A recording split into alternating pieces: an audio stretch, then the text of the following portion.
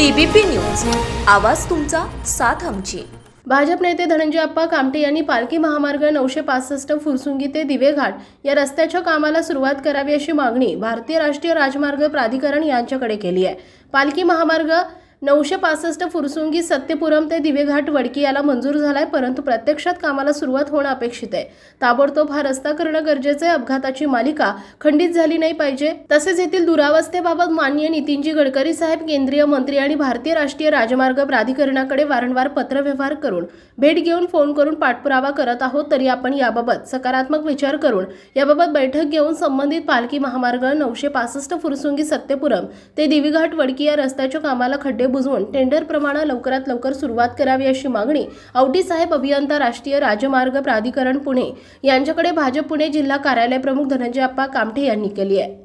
आपल्या भागातील महत्त्वाच्या